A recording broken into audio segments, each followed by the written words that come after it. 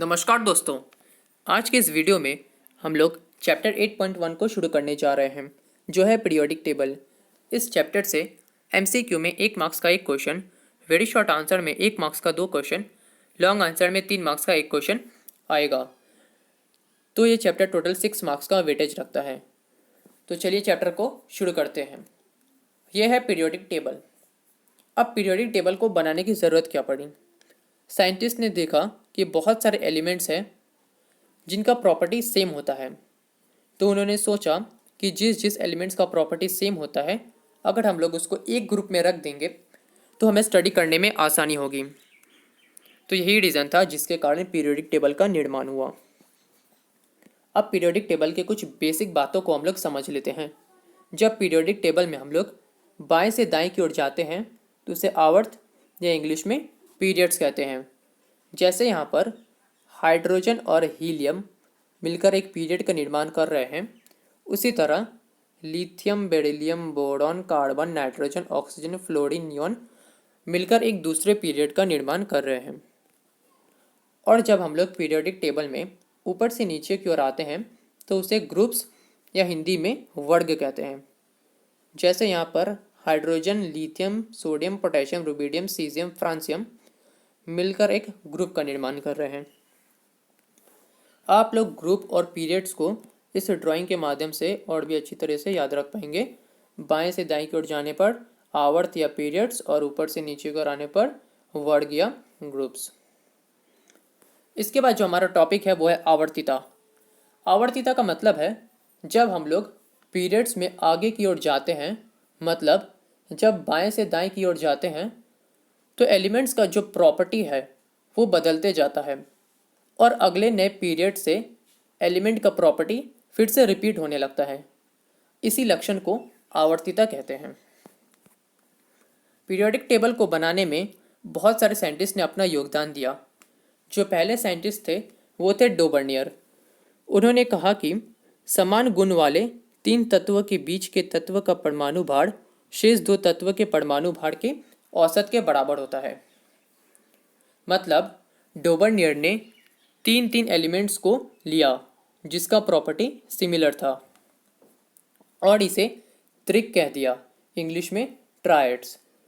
उन्होंने बोला कि जो फर्स्ट और थर्ड एलिमेंट्स का परमाणु भार का जब हम लोग औसत निकालेंगे, एवरेज निकालेंगे, तो जो नंबर मिलेगा वो बीच वाले एलिमेंट्स के परमाणु भार के बराबर होगा। जैसे कि यहाँ पर एग्जाम्पल के तौर पर लिथियम, सोडियम और पोटेशियम को अगर हम लोग लेते हैं तो लिथियम का परमाणु भार है 7, पोटेशियम का परमाणु भार है 39।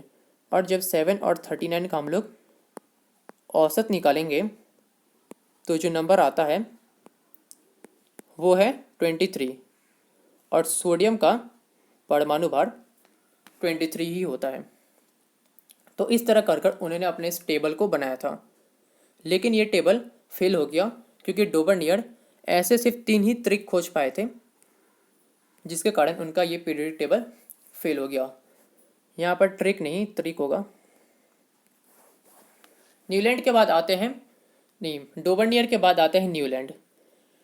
न्यूलैंड ने अपने नियम में कहा कि यदि तत्व को उनके परमाणु भार की वृद्धि क्रम में सजाया जाए तो किसी भी निर्दिष्ट तत्व से गिनती प्रारंभ करने पर उसके बाद का 8वां तत्व प्रथम तत्व के गुणों में समानता रखता है। इसे अष्टक कन्या या लॉ ऑफ ऑक्टेव कहते हैं। उन्होंने बोला कि जैसे संगीत में 7 सुर होते हैं, सा, रे, गा, मा, पा, धा, नी, और फिर नी के बाद पहला सुर सा फिर से रिपीट होता है, उसी तरह उन्होंने अपना नियम बनाया। उन्होंने बोला कि अगर एलिमेंट्स को परमाणु भार के बढ़ते क्रम में सजाने पर किसी भी एलिमेंट से गिनती शुरू करने पर उसके बाद का 8वां तत्व, 8वां एलिमेंट्स का जो प्रॉपर्टी होगा वो पहले एलिमेंट्स के प्रॉपर्टी से सिमिलर होगा। जैसे कि एग्जाम्पल के तौर पर अगर लिथियम को हम लोग पहला तत्व मान लेते हैं तो लिथियम के बाद का 8वां तत्व होता है सोडियम। और अगर हम लोग सोडियम को पहला तत्व मान लेते हैं तो सोडियम के बाद का 8वां तत्व आता है पोटेशियम। तो लिथियम, सोडियम, पोटेशियम का जो प्रॉपर्टी होता है वो सिमिलर होता है। तो इस तरह कर कर उन्होंने अपने इस पीरियोडिक टेबल को बनाया था। लेकिन उनका भी पीरियोडिक टेबल फेल हो गया, क्योंकि यह नियम एप्लीकेबल नहीं हो पा रहा था जिस एलिमेंट्स का परमाणु भार ज़्यादा था। और बाद में नोबेल गैस के खोज से एक और ग्रुप ऐड हो गया था पीरियोडिक टेबल में। तो अब 8वां नहीं बल्कि 9वां एलिमेंट पहले एलिमेंट के प्रॉपर्टी के साथ मैच करता। तो इसलिए न्यूलैंड का अष्टक का नियम फेल हो गया था। न्यूलैंड के बाद आते हैं मेंडेलीव। मेंडेलीव का पीरियोडिक टेबल इम्पॉर्टेंट है। उन्होंने अपने नियम में कहा कि तत्व का भौतिक तथा रासायनिक गुण उनके परमाणु भारों के आवर्त फलन पीरियोडिक फंक्शन होते हैं। इन्होंने बोला कि एलिमेंट्स को इंक्रीजिंग एटॉमिक वेट परमाणु भार को बढ़ते क्रम में सजाना होगा। लेकिन उन्होंने ये नहीं बोला कि जैसा न्यूलैंड ने बोला था हर 8वां एलिमेंट का प्रॉपर्टी पहले से सिमिलर होगा, बल्कि उन्होंने बोला कि अगर मैं सारे एलिमेंट्स को इंक्रीजिंग एटॉमिक वेट में रख दूं तो कुछ न कुछ टेबल ऐसा बन सकता है कि वो एलिमेंट्स जिनकी प्रॉपर्टी सेम है वो सेम ग्रुप में आ जाए और उन ग्रुप्स में नीचे चलने पर या ऊपर चलने पर या तो प्रॉपर्टी सेम रहे या रेगुलरली इंक्रीज हो या रेगुलरली डिक्रीज हो।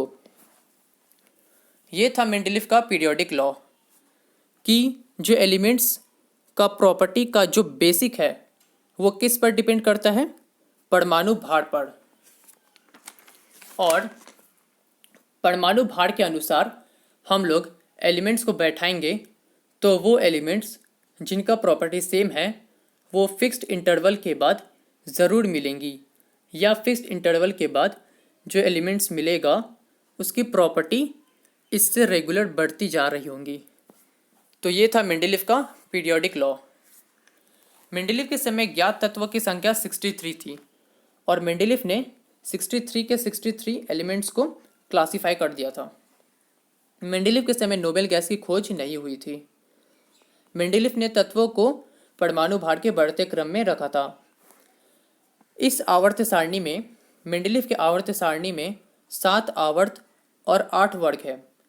1 से 7 वर्गों को 2-2 उपवर्गों सब ग्रुप्स में विभाजित किया गया है। अगर एग्जाम में मेंडेलीव के पीरियोडिक टेबल की विशेषता पूछेगा तो आप लोग ये 2 पॉइंट को लिख सकते हैं। सब ग्रुप्स या उपवर्ग का मतलब है कि जैसे ये है मेंडेलीव का पीरियोडिक टेबल। जैसे ये पहला ग्रुप है, इसको 2 ग्रुप में डिवाइड किया गया है, ए और बी। उसी तरह दूसरे, तीसरे, चौथे, पाँचवें, छठे और सातवें ग्रुप तक हर एक ग्रुप को 2 सब ग्रुप्स में डिवाइड किया गया है। आप लोग को इस पीरियोडिक टेबल को याद रखने की कोई ज़रूरत नहीं है, मैंने बस समझाने के लिए इसको बनाया है। लेकिन मेंडेलीव का भी पीरियोडिक टेबल कुछ समय बाद फेल हो गया। फेल होने का रीज़न था तत्व का क्रम बढ़ते परमाणु भार के अनुसार न होना। मेंडेलीव के सारणी में 4 तत्वों का ऐसा जोड़ा मिला जो अपने नियम को ही फॉलो नहीं करता था। जैसे कि मेंडेलीव ने बोला था कि एलिमेंट्स को परमाणु भार के बढ़ते क्रम में सजाना होगा, लेकिन यहाँ पर आर्गन का जो परमाणु भार है वो है 39.4 और पोटेशियम का है 39.1 और कोबाल्ट का है 58.94 और निकेल का है 58.7। कोबाल्ट को निकेल से पहले रखा गया था, जबकि ये गलत है क्योंकि कोबाल्ट का परमाणु भार निकेल के परमाणु भार से ज़्यादा है। तो ये था उनका पहला गलती। जो दूसरा गलती था वो था आइसोटोप का स्थान। आइसोटोप का मतलब है एक ही एलिमेंट्स के डिफरेंट तरह के एटम होते हैं जिनका परमाणु भार अलग अलग होता है। जैसे हाइड्रोजन एक होता है जिसका मास होता है 1 और एक होता है जिसका मास होता है 2 और एक मास होता है 3। उसी तरह क्लोरीन का भी क्लोरीन 35, क्लोरीन 37। 3 तरह के हाइड्रोजन नेचर में पाए जाते हैं। इनके टेबल के हिसाब से आइसोटोप को भी जगह मिलना चाहिए था, जैसे कि मिलना चाहिए था। जैसे यहाँ पर हाइड्रोजन के बाद H2H3 होना चाहिए था। यहाँ पर हाइड्रोजन के बाद H2 और H3 भी तो होना चाहिए था, क्योंकि इन्होंने बोला था कि तत्वों को उनके परमाणु भार के बढ़ते क्रम में सजाना होगा, लेकिन इनके पीरियोडिक टेबल में हाइड्रोजन के बाद सीधे लिथियम आ जाता है। तो ये था उनका दूसरा गलती। इसके बाद जो था वो था हाइड्रोजन का द्वैध व्यवहार। ये डाउट अभी तक प्रॉब्लम करता है, क्योंकि जो हाइड्रोजन है वो लिथियम सोडियम पोटेशियम जो फर्स्ट ग्रुप है और जो 17 ग्रुप है जिसे हम लोग हैलोजन बोलते हैं, जैसे कि ये जो पीरियोडिक टेबल है, तो हाइड्रोजन जो है ये फर्स्ट ग्रुप और ये 17 ग्रुप, इस 17 ग्रुप को हम लोग हैलोजन फैमिली बोलते हैं। हाइड्रोजन का जो प्रॉपर्टी है इन दोनों ग्रुप्स से मैच खाता है, लेकिन फिर भी हाइड्रोजन को 17 में ना रखकर फर्स्ट ग्रुप में रखा गया है। तो ये प्रॉब्लम अभी तक सॉल्व नहीं हो पाया है। इसके बाद जो मेंडेलीव का लास्ट फॉल्ट था वो था कि कॉपर, सिल्वर और गोल्ड और निकेल, सोडियम, पोटेशियम एवं फ्लोरीन और मैग्नीज में काफ़ी असमानता होते हुए भी वे एक साथ रखे गए थे। जैसे कि यहाँ पर मेंडेलीव के पीरियोडिक टेबल में कॉपर, सिल्वर, गोल्ड आपस में तो सिमिलर है पर सोडियम पोटेशियम से सिमिलर नहीं रखते। आप यहाँ पर देख पा रहे कॉपर, सिल्वर और गोल्ड जो है आपस में सिमिलर है, लेकिन लिथियम, सोडियम और पोटेशियम से उनका प्रॉपर्टी मैच नहीं करता ज़्यादातर। तो वो फिर भी इसको एक ही ग्रुप में रखा गया था, जो एक फॉल्ट था। और फ्लोरीन और मैग्नीज, ये यहाँ पर है फ्लोरीन और ये है मैग्नीज, इन दोनों का प्रॉपर्टी सिमिलर ना होते हुए भी इन दोनों एलिमेंट्स को एक ही ग्रुप में रखा गया था। तो ये था मेंडेलीव का फॉल्ट। मेंडेलीव का पीरियोडिक टेबल भी फेल हो चुका था। तो इसके बाद जो पीरियोडिक टेबल बना उसको हम लोग नेक्स्ट वीडियो में पढ़ेंगे। तो आज के लिए बस इतना ही, हम मिलेंगे अगले वीडियो में। तब तक के लिए जय हिंद, जय भारत।